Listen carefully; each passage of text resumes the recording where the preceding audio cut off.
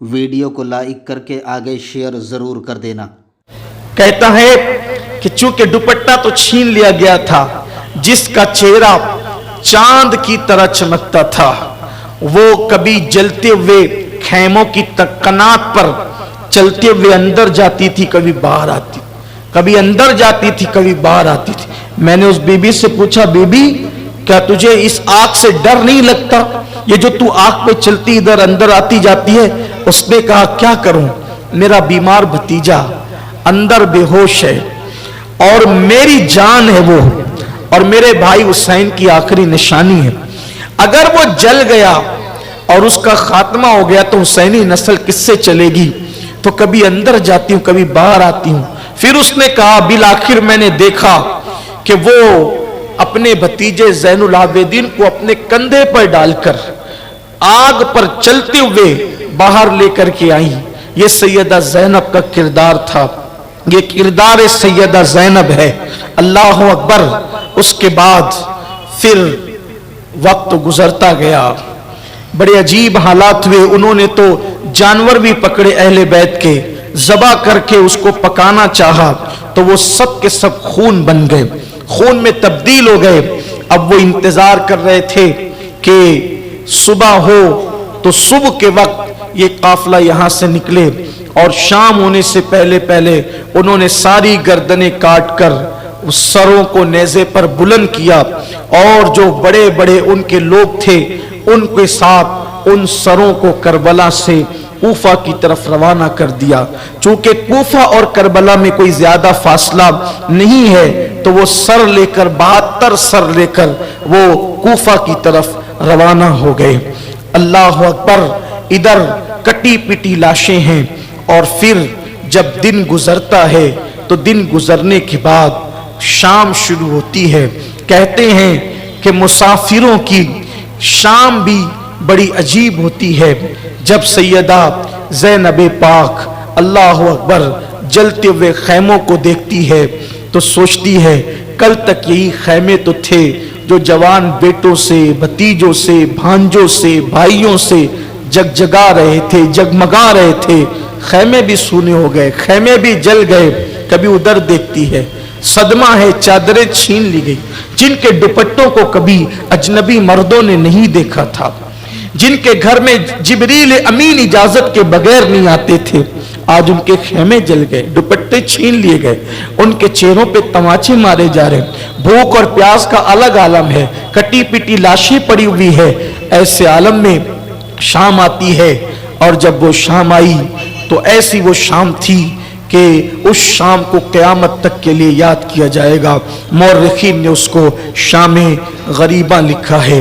अल्लाह अकबर। फिर क्या हुआ, खेमे जलते जलते जो बुझ गए थे रेत में, तो वो खेमे की कनातें बीबियां अपने सर पे डालकर अपने बालों को छुपाती थी, ताकि कम से कम बालों को पर्दे में कर लें। ये उनकी गैरत का हाल था, ये उनकी गैरत की कैफियत थी।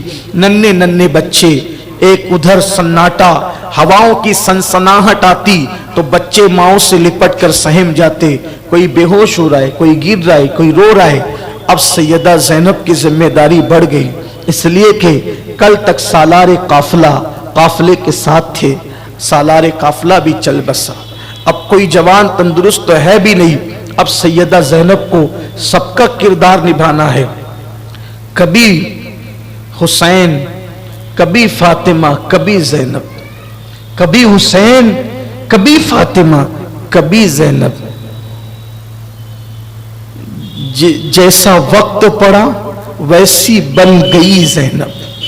मां का किरदार भी ज़ैनब निभाए, हुसैन पाक का किरदार भी ज़ैनब। क्या हौसला कुदरत ने दिया था, क्या हिम्मत दी थी कुदरत ने।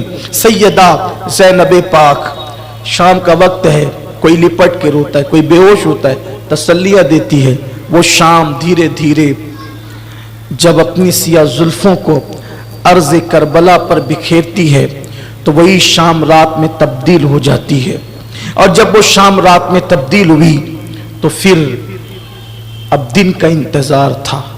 उधर वो बदबख्त शराब व कबाब में मसरूफ हो गए, एक दूसरे के साथ हंसी खेल करने लगे।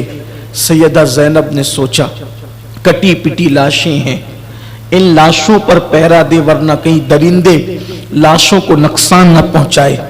बीबी ज़ैनब के पास कोई डंडा भी न था, कोई हथियार भी न था ताकि वो ले करके पहरा देती। बीबी ज़ैनब ने रेत में कुछ ढूंढना शुरू किया। एक टूटा हुआ खंजर अली की बेटी के हाथ लगा। वही टूटा खंजर लेकर लाशों के इर्द गिर्द पहरा देने लगी ताकि दरिंदों से, ये जो दरिंदे इनसे या वो जो दरिंदे हैं जो इंसानी शक्ल में, उनसे अब लाशों को बचाएं। और फिर सैयदा ज़ैनब अंधेरे में लाशों पे पहरा दे रही थी। ऐसे में देखा कि उन लाशों से किसी की सिसकियों की आवाज आ रही है। कोई सिसक सिसक करके उन लाशों के अंदर रो रहा है। बीबी सैयदा ने लाशों की तरफ तवज्जो की तो किसी के रोने की आवाज सुनी। तो जब आवाज पर पहुंची तो क्या देखा, एक दबी कुचली लाश है, एक दबी कुचली लाश है। पहचानना सैयदा के लिए उसको मुश्किल न था, लेकिन है दबी कुचली, सर नहीं है उसका, और उसके सीने पर सर रखकर सकीना रोती है और बाबा बाबा कहती है और सिसकियां लेती है। सैयदा सकीना को बीबी ज़ैनब अपने उठाती है, सीने से लगाती है। कहा बेटी यहाँ कैसे पहुंची? कहा कि फूफी अम्मी आपको तो पता है ना, आपको तो मालूम है ना कि मुझे मेरे बाबा के सीने के बगैर, मेरे बाबा के सीने के बगैर नींद नहीं आती। मेरे बाबा मुझे सीने पे सुलाते थे तो मैंने इन कटी हुई लाशों के पास आके कहा, बाबा कहाँ है आप? आपकी सकीना सोना चाहती है, आप कहाँ है? तो मैंने देखा फूफी इसी लाश से आवाज आई थी, मेरी सकीना तेरा बाबा यहाँ है। तो मैं यहाँ पर आ गई।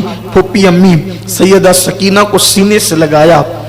एक शख्स जो यजीद के लश्कर में था वो कहता है कि जब इमाम हुसैन की लाश घोड़ों से कुचली जा रही थी तो हड्डियों की कड़कड़ाहट की आवाज हमने सुनी।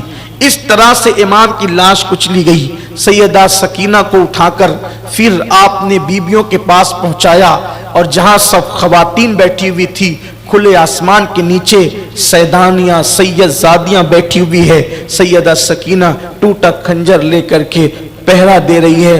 अब ऐसे में सैयदा ज़ैनब किसी को देखती है कि कोई आने वाला लाशों की तरफ आता है। सैयदा ने गरजदार आवाज में जो है वो गरजदार आवाज में कहा, कौन हो तुम? और हाथ का खंजर तान दिया। कहा खबरदार, अब आगे नहीं बढ़ना। अब क्या चाहते हो? सब तो लूट लिया, जवानों की जवानी लूट ली, बचपनों का मासूम बचपन लूट लिया, बीबियों के जेवरात छीन लिए, अली असगर का झूला छीन लिया, खैमे जला दिए, हत्ता कि तुमने अपने नबी की बेटियों के दुपट्टे तक छीन लिए। अब हमारे पास बचा क्या है? क्या लेने आते हो? अब क्या चाहते हो? अब सब्र का